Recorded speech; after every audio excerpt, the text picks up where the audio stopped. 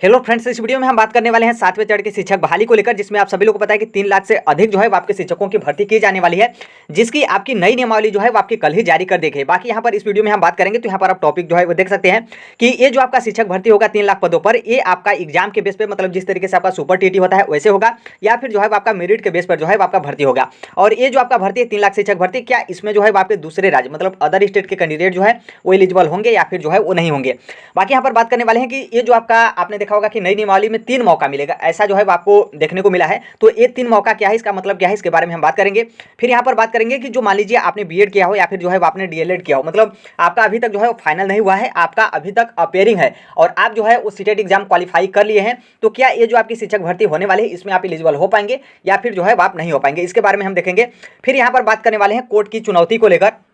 क्योंकि ऐसा बोला जा रहा है कि कोर्ट में जो है वो आपकी चुनौती जो नई नियमावली है उसको लेकर की जाएगी, तो क्या है आपका मामला, इसके बारे में भी हम देखेंगे। और फिर यहाँ पर सबसे एक तरीके से जो फीमेल है उनके लिए कहीं ना कहीं ये आपका सुनहरा मौका है, किस तरीके से सुनहरा मौका है उसके बारे में भी हम देखेंगे। और सीटेट जुलाई 2023 के लिए जो है यहाँ पर गुड न्यूज़ है, तो क्या गुड न्यूज़ है उसके बारे में भी हम देखेंगे। और पैसे का खेल, यहाँ पर हम पैसे का खेल किस लिए बोल रहे हैं, इन सभी चीज़ों के बारे में जो है हम इस वीडियो में कंप्लीट जो है बात करने वाले हैं। तो वीडियो के लास्ट तक जो है आप बने रहिएगा, वीडियो जो है थोड़ा सा भी स्किप मत करिएगा। तो ये है आपकी टोटली 11 पेज की नई नियमावली, जिसमें आप सभी लोग को पता है कि आपकी जो शिक्षक भर्ती होगी वो आपकी प्राइमरी से लेकर जो है आपके उच्च माध्यमिक तक के शिक्षकों की, मतलब कक्षा 1 से लेकर जो है आपके 12वीं तक के शिक्षकों की भर्ती की जाएगी, जिसकी नई नियमावली 2023 जो है वो आपकी कल ही जारी कर दी गई है। बाकी यहाँ पर जो आपका मेन होगा उसके बारे में हम बात करेंगे, ताकि आपका ज़्यादा समय जो है वो ना लगे। बाकी इसको आप पढ़ भी सकते हैं, हालांकि उतना कोई मतलब फायदा आपके लिए नहीं करेगा, तो जो महत्वपूर्ण है उसके बारे में तो हम खुद ही जो है यहाँ पर बात कर दे रहे हैं। देखिए यहाँ पर बताया गया कि जो आपका डिग्री मतलब जो आपका प्रशिक्षण कोर्स वगैरह किया रहेगा, चाहे आपने डीएलएड किया हो या फिर आपने बीएड किया हो, जो कुछ भी किया हो,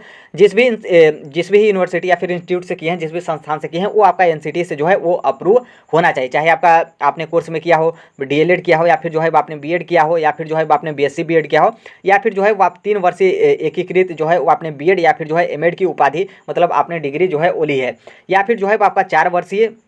बीएलएड वगैरह कोर्स है, तो ये सभी जो है वो आपका एलिजिबल होगा। बशर्ते आपको ध्यान रखना है कि आप जहाँ से भी किए हैं वहाँ जो वो जो है वो आपका एनसीटी से अप्रूव इंस्टीट्यूट जो है वो आपका होना चाहिए। यहाँ पर स्पष्टीकरण जो है वो कहीं ना कहीं आपके लिए बहुत ही ज़्यादा महत्वपूर्ण है। यहाँ पर देखिए, यहाँ पर बताया गया है कि राष्ट्रीय अध्यापक शिक्षा परिषद मतलब एनसीटी के परामर्श से जो है वो विभाग का अंतिम निर्णय होगा। मतलब इसके कहने का मतलब ये है कि जैसे मान लीजिए आपका सुप्रीम कोर्ट में या फिर इलाहाबाद हाई कोर्ट में बीएड को लेकर विवाद चला है, कोर्ट केस वगैरह चला है कि प्राइमरी से जो है बीएड को क्या किया जाए, बाहर किया जाए। तो मान लीजिए सुप्रीम कोर्ट डिसीजन देता है या फिर जो कुछ भी डिसीजन होने के बाद एनसीटी बोल देता है कि हम जो है बीएड वालों को प्राइमरी से बाहर कर देते हैं, तो बिहार में भी क्या होगा कि बिहार वाले जो है प्राइमरी से बाहर हो जाएंगे, जितने भी बीएड कैंडिडेट हैं। उसको लेकर यहाँ पर बोला गया है कि जो कुछ भी एनसीटी का निर्णय होगा, जो कुछ भी एनसीटी का डिसीजन होगा, उसका निर्णय जो है यहाँ पर अंतिम निर्णय होगा, उसमें जो है किसी प्रकार का हस्तक्षेप वगैरह जो है वो नहीं किया जाएगा। तो स्पष्टीकरण जो है वो कहीं ना कहीं बहुत ही ज़्यादा महत्वपूर्ण होता है जो बीएड कैंडिडेट होते हैं।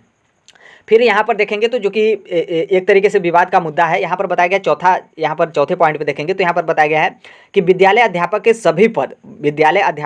पद सीधी नियुक्ति से जो है वो आपके भरे जाएंगे। तो मतलब यहाँ पर क्या है कि जो आपने देखा होगा कि शिक्षा मंत्री की तरफ से या फिर बीच में न्यूज़ पेपर वगैरह में जो है वायरल हो रहा था कि जो आपके 50% पद हैं वो आपके प्रमोशन से जो है वो भरे जाएंगे। तो यहाँ पर प्रमोशन वाला सिस्टम जो है आपका खत्म कर दिया गया है। प्रमोशन का मतलब ये था कि जैसे मान लीजिए कोई 1 से 5 तक के लिए प्राइमरी में टीचर है, तो उनका प्रमोशन करके जो है वो आपके 6 से 8 तक में जो है कर लिया जाएगा, यदि उनके पास योग्यता है तो। और नॉर्मल सी बात है, सब कुछ 6 से 8 तक में जाना चाहेगा यदि प्राइमरी का है तो, क्योंकि उसकी सैलरी और हर कुछ जो है नॉर्मल सी बात है, प्रमोशन तो सब कोई चाहता है कि हमारा प्रमोशन हो। तो यहाँ पर जो आपका 50% का मैटर था कि 50% शिक्षक भर्ती होगा और 50% जो है प्रमोशन से जो है आपके पद भरे जाएंगे। तो यहाँ पर प्रमोशन वाला सिस्टम जो है वो आपका खत्म कर दिया है, जो कि ये आपका एक तरीके से विवाद का जड़ है, क्योंकि जितने भी लोग प्रमोशन के लिए एलिजिबल थे कहीं ना कहीं उनका रास्ता जो है यहाँ पर गवर्नमेंट की तरफ से जो है वो आपका बंद कर दिया गया है। तो यहाँ पर थोड़ा सा नए लोगों के लिए फायदा यह है कि आपका जो पद है वो आपका 100% पद पर जो है वो आपका शिक्षक भर्ती किया जाएगा। तो नए लोगों के लिए फायदा है। बाकी जो लोग ऑलरेडी टीचर हैं उनको प्रमोशन मतलब होने वाला था, तो कहीं ना कहीं उनके लिए यहाँ पर जो है वो दुख का न्यूज़ है। और कहीं ना कहीं ये विवाद का भी जरिया है, इसको लेकर भी जो है बोला जा रहा है कि कोर्ट केस वगैरह जो है वो आपका किया जाएगा। तो इस बात को जो है वो आपको ध्यान रखना है। देखिए अब यहाँ पर 5वें पॉइंट पे देखेंगे तो ये आपका 5वें पॉइंट जो है वो आपके दूसरे राज्य के लिए जो है कहीं ना कहीं बहुत ही ज़्यादा महत्वपूर्ण है। यहाँ पर थोड़ा सा ध्यान रखिएगा। यहाँ पर बताया गया है कि जो कैंडिडेट हैं जो 7वें चरण की शिक्षक भर्ती में शामिल हो रहे हैं वो जो है वो भारत का नागरिक हो एवं बिहार राज्य का जो है अस्थायी निवासी हो। अब यहाँ पर इसको देखेंगे तो यहाँ पर जो बोला गया है कि बिहार राज्य का अस्थायी निवासी हो, इसका मतलब साफ है कि दूसरे राज्य वाले जो है वो नहीं भर पाएंगे। लेकिन थोड़ा सा ये भी देखेंगे तो यहाँ पर बोला गया है कि भारत का नागरिक हो, तो कहीं ना कहीं ये आपका भारत का नागरिक हो तो थोड़ा सा मौका जो है यहाँ पर जो है वो आपका मिल रहा है। लेकिन कहीं न कहीं ये जो आपका बोल दिया है कि बिहार राज्य का स्थायी निवासी हो, तो इसलिए मैक्सिमम चांस यही है कि दूसरे राज्य वाले जो है एलिजिबल नहीं हो पाएंगे। लेकिन इसको भी लेकर जो है वो थोड़ा सा विवाद है, क्योंकि जो कुछ भी भर्ती होता है उसमें जो है वो जनरल कैटेगरी में अदर स्टेट के कैंडिडेट को जो है मौका मिलता है, या फिर कुछ स्टेट बोलते हैं कि हम 5% या फिर 10% इस तरीके से लेंगे। लेकिन यदि नहीं बोलते हैं तो जनरल कोटा में जो है वो दूसरे राज्य के कैंडिडेट जो है वो आ जाते हैं। तो कहीं ना कहीं इससे जो है वो थोड़ा सा कन्फ्यूजन भी है, क्योंकि आप बीपीएससी का नोटिफिकेशन देखेंगे, आप यदि बीपीएससी का देखेंगे तो उसमें भी बोला जाता है कि भारत का नागरिक हो और बिहार राज्य का जो है वो अस्थायी निवासी हो। लेकिन उसके बावजूद भी आप सभी लोग को पता है कि बीपीएससी में भी जो है वो दूसरे राज्य के कैंडिडेट जो हैं काफ़ी ज़्यादा संख्या में जो है वो भाग लेते हैं, एग्जाम वगैरह देते हैं। और यहाँ पर जैसे मान लीजिए यदि दूसरे राज्य को बोला जाता है कि दूसरे राज्य वाले एलिजिबल नहीं है, तो उनको साफ साफ यहाँ पर लिखना चाहिए कि बिहार राज्य का स्थायी निवासी हो। अब यहाँ पर भारत का नागरिक लिखने से कोई फायदा नहीं होने वाला है, क्योंकि नॉर्मल सी बात है, जो बिहार राज्य का स्थायी निवासी होगा वो तो भारत का नागरिक ही हुआ, क्योंकि ऐसा तो है ना कि बिहार भारत से अलग है और आपको भारत का भी नागरिक होना पड़ेगा और बिहार का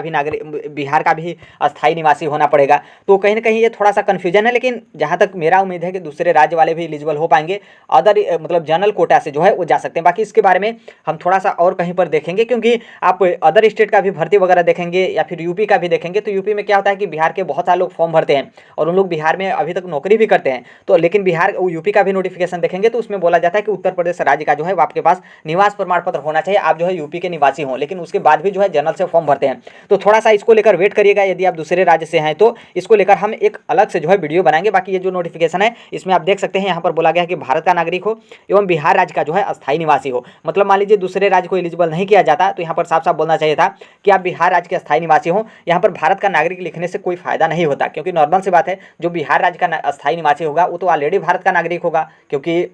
ऐसा तो हो नहीं सकता है कि वो भारत का नागरिक ना हो और बिहार राज्य का स्थायी निवासी हो। तो इस बात को जो है आपको ध्यान रखना है। बाकी इसको लेकर हम अलग से जो है वीडियो बनाएंगे। और यहाँ पर यह भी बताया गया कि राज्य एवं केंद्र सरकार की तरफ से जो है जो समय समय पर पात्रता परीक्षा कंडक्ट कराई जाती है, उसमें जो है आपका उत्तीर्ण होना चाहिए। मतलब बिहार टेट, मतलब बी टेट या फिर जो है आपका सीटेट एग्जाम क्लियर है, तो आप जो है इसके लिए एलिजिबल हो पाएंगे। बाकी यहाँ पर बताए, यहाँ पर देखिए, यहाँ पर उनके लिए बताया गया है कि जैसे मान लीजिए 2012 से पूर्व नियुक्त एवं कार्यरत शिक्षक जो दक्षता परीक्षा उत्तीर्ण होंगे, उनके लिए जो है शिक्षक पात्रता परीक्षा में जो है उत्तीर्ण होना अनिवार्य नहीं है। ये जो है आपके सबके लिए नहीं है, बल्कि जो दक्षता परीक्षा उत्तीर्ण हो और ऑलरेडी जो है 2012 से पूर्व जो है वो शिक्षक नियुक्त हुए हैं, तो जो मतलब इस कैटेगरी में आते हैं उनको तो जो है पता ही होगा। तो उनके लिए जो है आपका पात्रता परीक्षा, चाहे आपका बी टेट हो या फिर सी टेट हो, वो जो है यहाँ पर मतलब यहाँ पर जो है उनके लिए जरूरी नहीं है। फिर यहाँ पर देखेंगे तो यहाँ पर आपके कक्षा 1 से 8 तक के लिए बताया गया है प्राथमिक एवं मध्य विद्यालय, मतलब कक्षा 1 से 8 तक के लिए तो आपका मिनिमम उम्र जो है वो आपका 18 वर्ष होना चाहिए। इसको लेकर भी बहुत सारे लोग बोल रहे हैं कि 18 साल नहीं है, 21 साल दे दिया गया है। तो यहाँ पर ध्यान रखिएगा,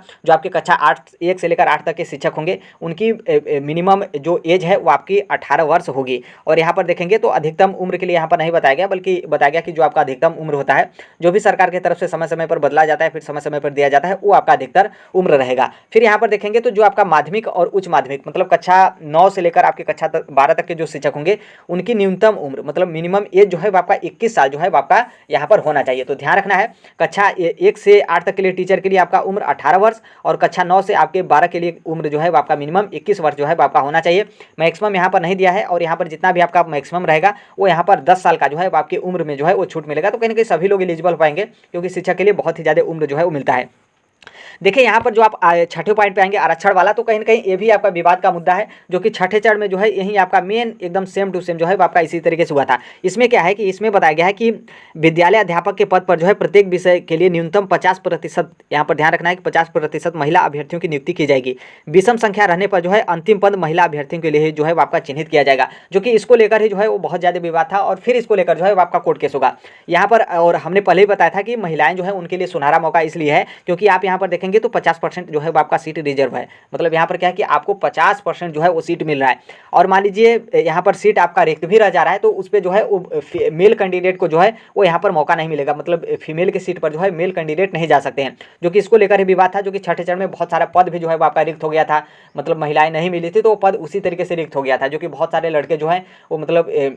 अच्छा खासा नंबर लाने के बाद भी जो है वो टीचर नहीं बन पाए थे। तो अब देखिए क्या होता है, हालांकि अब थोड़ा सा परिवर्तन हुआ है, तो हमें नहीं लगता कि आपका सीट वगैरह बच पाएगा, क्योंकि नॉर्मल सी बात है अब आपका ऑनलाइन है तो बहुत मुश्किल है कि आपका सीट बच पाएगा। लेकिन इतना मतलब मैक्सिमम चांस है कि मान लीजिए अभी एग्जाम हो रहा है आपका सुपर टीटी की तरह, तो इसमें आपका कम नंबर भी लाएंगे तो आपके लिए कहीं ना कहीं मतलब मौका मिल जाएगा कि आप उसके बाद भी जो है वो बिहार में शिक्षक भर्ती बन पाएंगे। तो यहाँ पर जो है वो ध्यान रखना है। बाकी इसको लेकर अब देखिए क्या होता है, आगे आने वाले समय में ही पता चलेगा। बाकी आपको जो है 50% महिलाओं के लिए जो है वो यहाँ पर सीट रिजर्व किया गया है। देखिए यहाँ पर बताया गया है कि नियुक्ति की प्रक्रिया किस तरीके से होगी। तो यहाँ पर ध्यान रखना है कि सीधी नियुक्ति जो है वो आपकी की जाएगी, जिसमें आप सभी लोग को पता है कि 50% जो प्रमोशन वाला पद था उसको जो है खारिज कर दिया गया है। तो आपका सीधे नियुक्ति जो है वो आपका किया जाएगा, मतलब एग्जाम के बेस पर जो मतलब प्रमोशन वाला सिस्टम जो है वो आपका खत्म कर दिया गया है। यहाँ पर आगे आप दूसरे पॉइंट पे देखेंगे तो यहाँ पर साफ साफ बताया गया है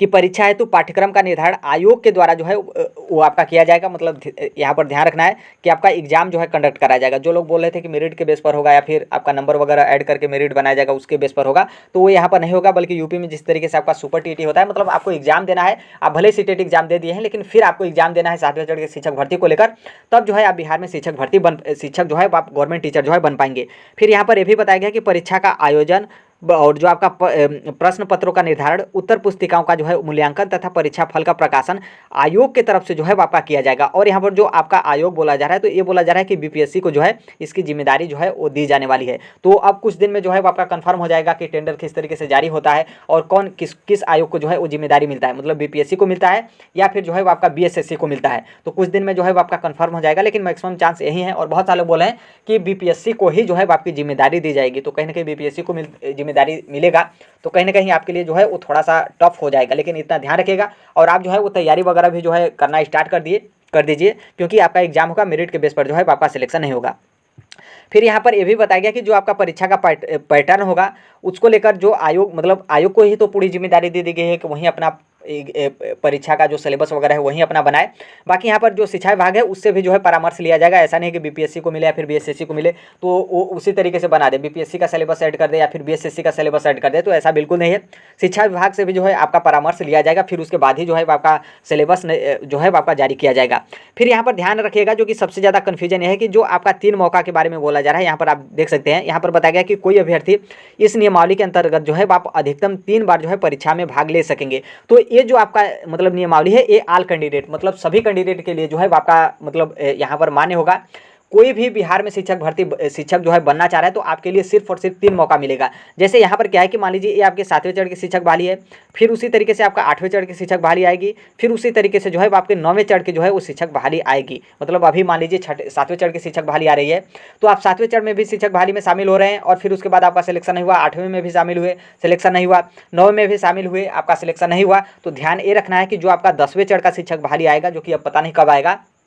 भविष्य की यहाँ पर बात किया जा रहा है, तो 10वें चरण की शिक्षक बहाली में आप एलिजिबल नहीं हो पाएंगे, आप इसमें जो है बैठ ही नहीं पाएंगे। भले ही आपका डीएलएड बीएलएड कंप्लीट हो, बहुत अच्छे नंबर से आप क्वालिफाई किए हों, आप सीटेट एग्जाम कई बार क्वालिफाई किए हों, लेकिन उसके बाद भी जो है आप परीक्षा में नहीं बैठ पाएंगे, क्योंकि यहाँ पर साफ साफ बोला गया है कि 3 बार से ज़्यादा जो है आपको मौका नहीं मिलेगा, जो कि आईएएस से भी कठिन है। आईएएस में तो जो है आपको 5-6 बार मौका मिल जाता है, लेकिन यहाँ पर क्या है कि आपको सिर्फ और सिर्फ 3 बार ही जो है मौका मिलेगा। तो अब देखिए क्या होता है। और अब कहीं ना कहीं बिहार में बहुत तेज़ तराक जो है वो आपको टीचर देखने को मिलेंगे। फिर यहाँ पर यह भी बताया गया है, जो कि हमने ऊपर ही बताया था कि पैसे का खेल। तो देखिए यहाँ पर क्या है कि आप बिहार में गवर्नमेंट टीचर बन जाएंगे तो प्रत्येक 2 साल में जो है आपका एग्जाम वगैरह जो है वो लिया जाएगा, और एग्जाम में जो है आप गवर्नमेंट जो है संतुष्टि नहीं पाती है कि आपका पढ़ाने का तरीका हो या फिर जो आपका नॉलेज हो अच्छा नहीं है, तो यहाँ पर क्या है कि आपको सेवा मुक्त भी जो है वो किया जा सकता है, जो कि यहाँ पर 2 वर्ष के बाद आपका एग्जाम होगा, जो कि यहाँ पर 1 वर्ष का जो है आपको अतिरिक्त अवसर मिलेगा। मान लीजिए एक तरीके से आप जोड़ेंगे तो 3 वर्ष का जो है आपको मौका मिलेगा। तो 3 वर्ष का जो आपके पास समय होगा उसमें बिहार की तरफ से एग्जाम कंडक्ट कराया जाएगा। मतलब एग्जाम तो अभी नहीं बताया गया कि एग्जाम होगा या फिर जो कुछ भी होगा, लेकिन आपका जो मतलब टीचिंग है, आपकी जो नौकरी है, उस नौकरी से जो है वो शिक्षा विभाग संतुष्ट नहीं है तो आपको जो है वो सेवा मुक्त कर देगा, मतलब आपको जो है वो बिहार में गवर्नमेंट टीचर से जो है वो हटा देगा। तो देखिए ऐसे कोई हटना तो चाहेगा नहीं, क्योंकि नॉर्मल सी बात है, इस तरीके का आता है तो कहीं ना कहीं आपका पैसे का खेल जो है होगा, क्योंकि सभी लोग पैसा देंगे, फिर उसके बाद बोला जाएगा कि ठीक है आप मतलब ख़राब नहीं बहुत अच्छा पढ़ा रहे हैं। तो ये जो है आपको इसमें जो है आपके नई नियमावली में इसको लेकर भी जो है आपके ऐड जो है आपके किए गए हैं। फिर उसी तरीके से हम यहाँ पर नीचे आते हैं, तो नीचे जो है आप देखेंगे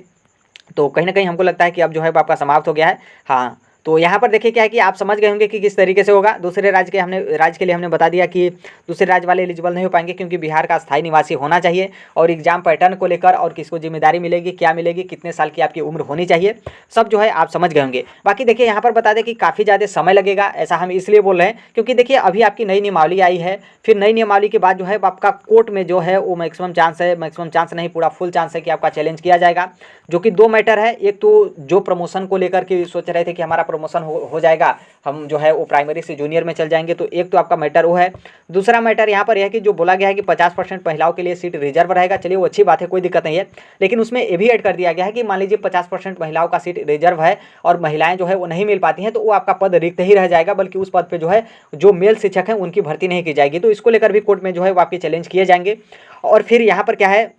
कि हमने बता ही दिया कि आपका ज़्यादा समय लगेगा और कोर्ट में आपका चैलेंज भी किया जाएगा, क्योंकि नॉर्मल सी बात है, आपकी नई नियमावली अभी आई है, अभी नोटिफिकेशन जारी किया जाएगा, और नोटिफिकेशन में भी आप सभी लोग को पता है कि एक ही साथ यदि आपका नोटिफिकेशन जारी किया जाएगा तो मान लीजिए जो आपका बीएड और एमए किया है वो कैंडिडेट क्या करेगा, वो कैंडिडेट प्राइमरी में भी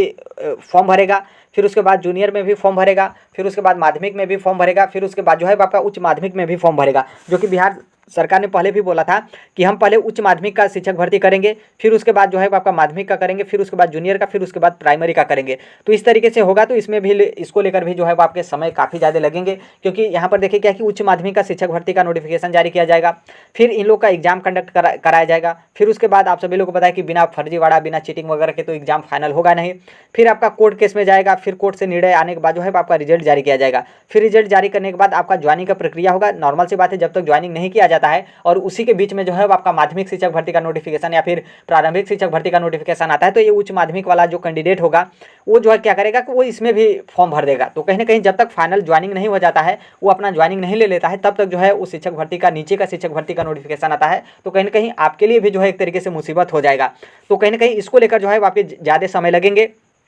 बाकी यहाँ पर बता दें, जो आपका कक्षा 1 से 8 तक के लिए जो शिक्षक भर्ती होगा उसमें तो और ज़्यादा समय लगेगा, क्योंकि नॉर्मल सी बात है, हमने ऊपर ही बता दिया कि किस तरीके से आपका भर्ती किया जाएगा। उच्च माध्यमिक का पहले फाइनली कंप्लीट किया जाएगा, फिर उसके बाद आपका माध्यमिक का फाइनली कंप्लीट किया जाएगा, फिर उसके बाद जूनियर का फाइनली कंप्लीट किया जाएगा, फिर उसके बाद आपका प्राइमरी का जो है वो आपका कंप्लीट किया जाएगा। तो इस तरीके से करते करते, जहाँ तक बहुत सारे लोगों का मानना है कि 2025 का जो है आपका मतलब 2025 का इलेक्शन तो हालांकि है नहीं, लेकिन 2025 जो है आपका आ जाएगा। तो यहाँ पर देखिए 2025 आया फिर आया वो अलग बात है, लेकिन जितने भी लोग सीटेट दिसंबर 2023 हो या फिर सीटेट एग्जाम क्वालिफाई नहीं किए हैं, आप सीटेट जुलाई 2023 में पूरा एकदम जान जो लगाकर जो है आप तैयारी जो है वो करना स्टार्ट कर दीजिए, क्योंकि कहीं ना कहीं आपका कक्षा 1 से 8 तक के लिए शिक्षक भर्ती का नोटिफिकेशन आने में आपका सीटेट जुलाई 2023 का एग्जाम भी हो जाएगा और आपका रिजल्ट भी जो है आपका आ जाएगा। तो इसलिए आप दूसरे लोग जो हैं वो क्या बोल रहे हैं क्या नहीं बोल रहे हैं उसको लेकर आप थोड़ा सा साइड में रखिए और आप अपनी तैयारी पर जो है वो पूरा लग जाइए। तो ये है आपकी नई नियमावली, इसको आप पढ़ भी सकते हैं, टेलीग्राम में जो है वो हम नई नियमावली भेज दिए हैं। कमेंट बॉक्स में जो है आपको टेलीग्राम का लिंक जो है वो देखने को मिलेगा। बाकी कमेंट बॉक्स में जो है मेरा व्हाट्सअप नंबर भी जो है वो देखने को मिलेगा। तो आपको यदि आपका कुछ डाउट है, कुछ भी आप पूछना चाह रहे हैं, क्योंकि यहाँ पर देखिए जो नई नियमावली है उसके हिसाब से हमने बता दिया और जो हमें लगा बताना चाहिए तो वो हमने बता दिया। इसके अलावा आपका जो कुछ भी डाउट हो आप जो है कमेंट व्हाट्सअप नंबर के थ्रू जो है आप हमें डाउट जो है वो अपना भेज सकते हैं। बाकी कमेंट में भी कर सकते हैं, तो बहुत सारे लोग कमेंट में आते हैं तो वो भी आपको रिप्लाई दे देंगे, या फिर नहीं देंगे तो हम तो आपको रिप्लाई दे ही देंगे। बाकी बता दें सीटेट जुलाई 2023 हो या फिर यूपीटीटी 2023 हो या फिर जो है आपका सुपर टीटी 2023, क्योंकि यहाँ पर क्या है कि आपका यूपीटीटी के बाद सुपर टीटी भी आने का जो है मैक्सिमम चांस है, या फिर जो है आपका डीएसएसबी, जिसमें आप सभी लोग को पता है कि 16,000 से अधिक पदों पर जो है आपका डीएसएसबी का बहुत जल्द जो है आपका नोटिफिकेशन देखने को मिलेगा। बाकी 7वें चरण का शिक्षक बहाली, जिसका बहुत लगभग मैक्सिमम चांस है कि अप्रैल के लास्ट तक जाते जाते जो है आपको नोटिफिकेशन भी जो है वो देखने को मिल सकता है। मतलब मेरे कहने का मतलब यह है कि आप शिक्षक जगत से जुड़े हैं तो right to education Sonbhadra platform को जो है सब्सक्राइब कर लीजिएगा। जो कोई भी अपडेट इन्फॉर्मेशन जो कुछ भी होता है हम इस प्लेटफॉर्म पे जो है वो आपके शेयर कर देते हैं, जो भी आपका शिक्षा से मतलब एजुकेशन से रिलेटेड होता है। बाकी यहाँ पर बता दें टेलीग्राम ग्रुप, टेलीग्राम से भी आप जुड़ जाइएगा। कमेंट बॉक्स में जो है आपको टेलीग्राम का लिंक जो है वो देखने को मिलेगा। जो कोई भी अपडेट पीडीएफ नोट्स वगैरह होता है वो हम हर एक चीज़ जो है वो आपके टेलीग्राम पर शेयर कर देते हैं। तो मिलते हैं अगले नेक्स्ट वीडियो में, तब तक के लिए thank you, bye bye, take care, all best, thank you for listening, God bless you all, thank you.